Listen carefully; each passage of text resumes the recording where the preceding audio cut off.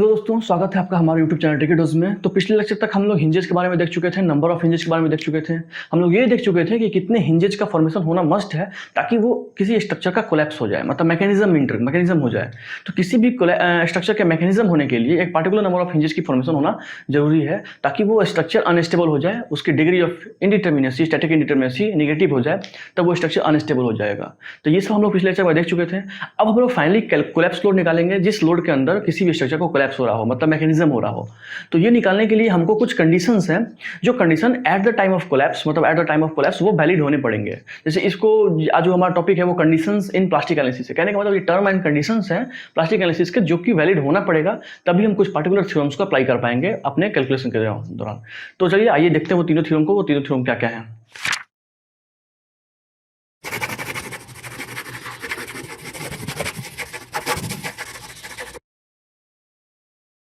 तो आज के लेक्चर में हम लोग कुछ कंडीशंस देखेंगे प्लास्टिक एनालिसिस के। तो वो क्या क्या है, चलिए स्टार्ट करते हैं हम लोग।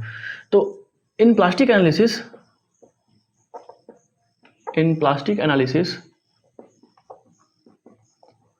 द फॉलोइंग कंडीशंस, अब वो कंडीशंस कौन कौन से हैं वो हम लोग एक एक करके देखेंगे।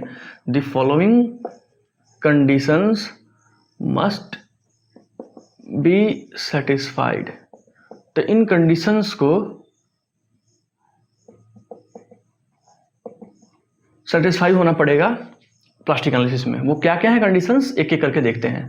तो जो हमारा पहला कंडीशन निकल के आता है वो है इक्विलिब्रियम कंडीशन, जिसके बारे में हम लोग कल थोड़ा सा देख चुके थे।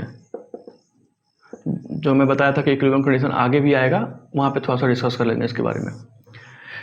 तो ये कंडीशन क्या बोलता है और इस कंडीशन से प्लास्टिक एनालिसिस का क्या ताल्लुकात है, चलिए उसके बारे में देखते हैं।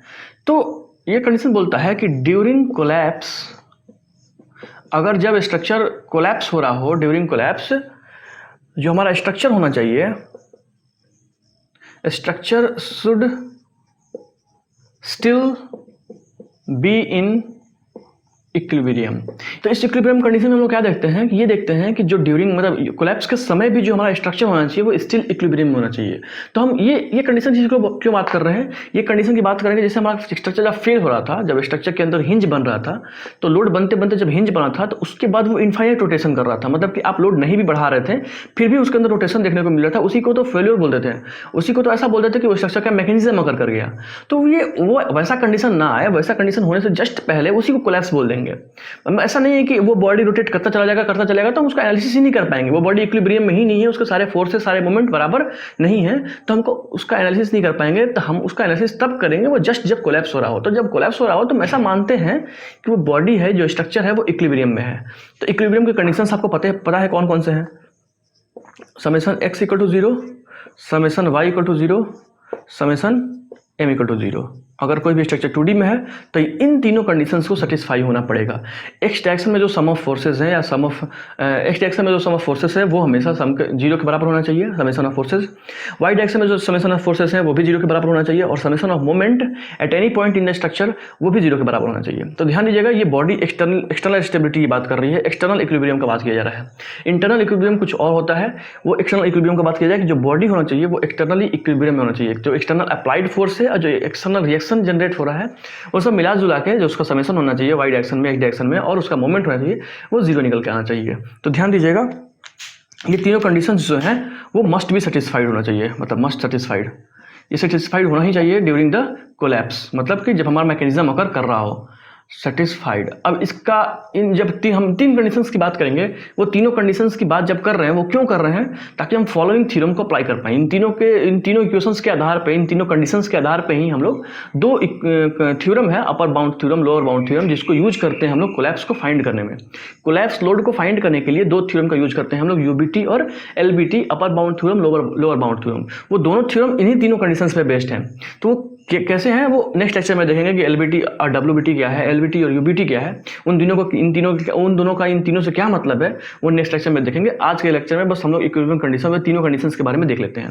तो एक कंडीशन आप देख चुके हैं, दूसरा कंडीशन हम लोग डिस्कस करते हैं। अब हम लोग मैकेनिज्म कंडीशन की बात करते हैं। तो मैकेनिज्म कंडीशन क्या बोलता है कि किसी भी स्ट्रक्चर के अंदर जब मैकेनिज्म करवाते हैं, मैकेनिज्म करवाने के लिए उस स्ट्रक्चर के अंदर सफिशिएंट नंबर ऑफ हिंज बन जाना चाहिए, ताकि उस स्ट्रक्चर का या तो थोड़ा सा पार्ट या फिर पूरा स्ट्रक्चर ही मैकेनिज्म में एंटर कर जाए। कहने का मतलब पूरे स्ट्रक्चर का ही मैकेनिज्म हो जाए या फिर उस स्ट्रक्चर के थोड़े से पार्ट का भी मैकेनिज्म हो जाए। अब आप सोचेंगे कि थोड़े से पार्ट होने पे उस स्ट्रक्चर का मैकेनिज्म कैसे अगर कर गया, तो कहने का मतलब कि देखिए आप किसी स्ट्रक्चर को पर्पस से बनाते हैं, कहने का मतलब आप किसी स्ट्रक्चर को एक पर्पस से बनाते हैं।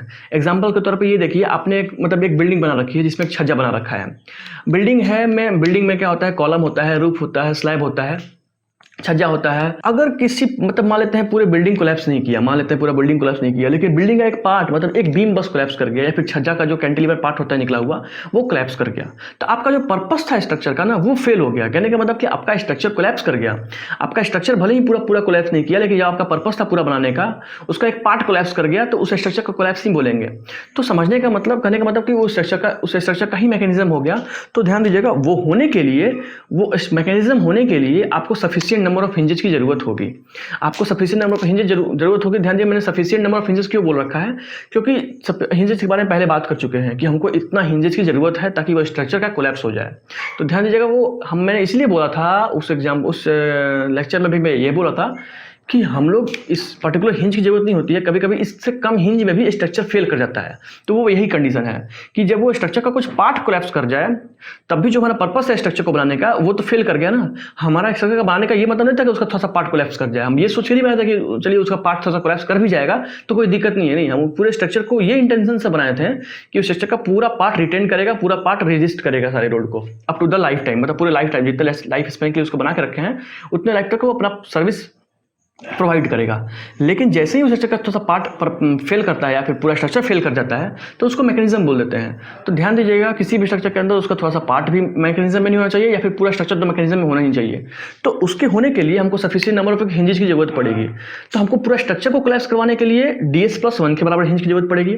उसका एक पार्ट कोलैप्स कर सकता है, वो हो सकता है DS+1 हिंज से कम हिंज पे ही कोलैप्स कर जाए उसका एक पार्ट। तो ये कंडीशन, मैकेनिज्म कंडीशन ये इंडिकेट करता है कि भाई इतना हिंजेस हो जाना चाहिए कोलैप्स के टाइम पे।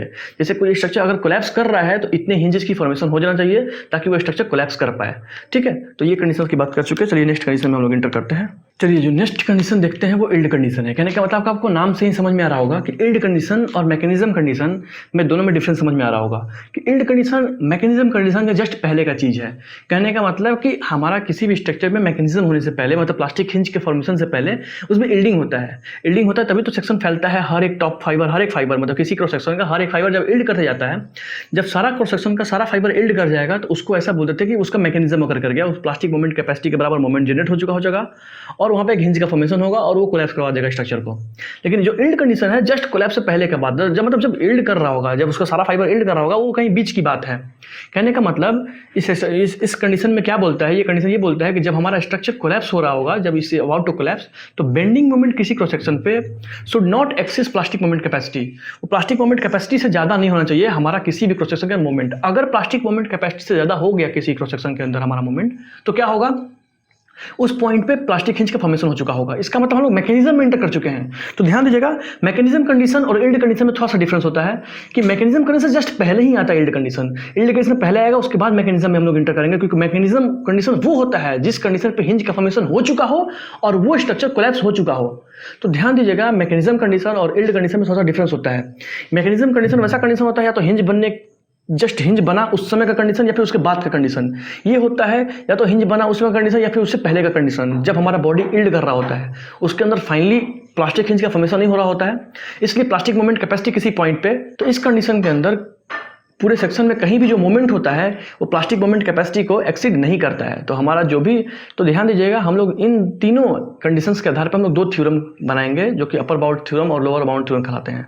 तो अपर बाउंड थ्योरम होता है, बेस जो होता है वो इलास्टिक, और कल क्लास में अच्छे से डिस्कस करेंगे उसके बारे में। इलास्टिक और मैकेनिज्म कंडीशन पे वो बेस्ड होता है। लोअर बाउंड थ्योरम बेस्ड होता है इक्विलिब्रियम और इल्ड कंडीशन पे बेस्ड होता है। इन दोनों पे बेस्ड होने की वजह से क्या होता है, देखिए इल्ड कंडीशन पे बेस्ड होने का मतलब कि वो स्ट्रक्चर अभी कोलैप्स नहीं किया है, जस्ट कोलैप्स करने वाला है, it is about to collapse. अब जस्ट कोलैप्स करने वाला है, इसका मतलब प्लास्टिक हिंज का फॉर्मेशन हो रहा है, जस्ट अभी होने वाला है। मैकेनिज्म कंडीशन ये बात करता है कि उसके अंदर प्लास्टिक हिंज का फॉर्मेशन हो चुका है और वो बॉडी कोलैप्स कर रहा है। तो ध्यान दीजिएगा, दोनों में जो दोनों के कंडीशन को आप देखेंगे तो लोड में का जो लोड जाएगा वो थोड़ा सा डिफरेंस आएगा। लोड कहने का मतलब उस कंडीशन में थोड़ा सा ज़्यादा लोड अप्लाई करना पड़ेगा, क्योंकि इसमें अभी जस्ट जो स्ट्रक्चर है हमारा कोलैप्स होने वाला है, और मैकेनिज्म कंडीशन में वो स्ट्रक्चर कोलैप्स कर चुका है। तो यील्ड कंडीशन वैसा कंडीशन होता है जिस कंडीशन पे स्ट्रक्चर अभी कोलैप्स नहीं हुआ है, ये अबाउट टू कोलैप्स है, ये जस्ट कोलैप्स करने वाला है। और ध्यान दीजिएगा, इस कंडीशन में स्ट्रक्चर के अंदर किसी पॉइंट पे जो मोमेंट होगा, जो बेंडिंग मोमेंट आप अप्लाई किए हैं, वो मोमेंट MP से एक्सीड नहीं करना चाहिए, या तो उसके बराबर या उससे कम निकल के आना चाहिए, ताकि प्लास्टिक हिंज का फॉर्मेशन जस्ट हो रहा हो। अभी बॉडी हमारा अभी यील्डिंग, ऐसा बोलें कि पूरा स्ट्रक्चर जो है वो यील्डिंग कंडीशन में है, यील्ड कर चुका है लगभग, अब बस प्लास्टिक हिंज का फॉर्मेशन होने वाला है। अब उसके बाद स्ट्रक्चर कोलैप्स कर जाएगा। जैसे ही प्लास्टिक हिंज का फॉर्मेशन होकर वो स्ट्रक्चर कोलैप्स कर रहा होगा, उस कंडीशन को बोलेंगे वो मैकेनिज्म, अब वो जाकर मैकेनिज्म कंडीशन में एंटर कर चुका होगा। तो ध्यान दीजिएगा, चाहे वो बॉडी यील्ड कंडीशन में हो, चाहे वो बॉडी मैकेनिज्म कंडीशन में एंटर कर चुका हो, दोनों कंडीशन पे जो पहला कंडीशन था इक्विलिब्रियम कंडीशन, वो दोनों कंडीशन पे ही अप्लाई होगा। यील्ड कंडीशन के पहले ये अप्लाई तो होगा ही इक्विलिब्रियम कंडीशन, यील्ड कंडीशन में भी अप्लाई होगा इक्विलिब्रियम कंडीशन, और यील्ड कंडीशन के बाद जो मैकेनिज्म कंडीशन आएगा, उस कंडीशन पे भी जो हमारा इक्विलिब्रियम कंडीशन है वो अप्लाई होना चाहिए हर जगह। तब जाके किसी थ्योरम का हम लोग यूज कर पाएंगे और किसी एनालिसिस का यूज कर पाएंगे, समेशन ऑफ फोर्सेस जीरो करके, तभी हम लोग जाके किसी स्ट्रक्चर के अंदर कोलैप्स लोड निकाल पाएंगे। तो ध्यान दीजिएगा ये तीनों कंडीशन के बारे में। अब इन तीनों कंडीशन से ही हम लोग आगे नेक्स्ट लेक्चर में अपर बाउंड थ्योरम और लोअर बाउंड थ्योरम के बारे में देखेंगे। तो चलिए आज के लेक्चर के लिए बस इतना ही। लेक्चर देखने के लिए थैंक यू सो मच। अगर ये लेक्चर आपको पसंद आता है तो लाइक कीजिएगा, चैनल पसंद आता है तो सब्सक्राइब कीजिएगा। अगर किसी दोस्तों को आपके स्टील पढ़ने की जरूरत है तो ये लेक्चर उनको शेयर कीजिएगा, ताकि वो भी अच्छे से स्टील को पढ़ पाए। Thank you so much.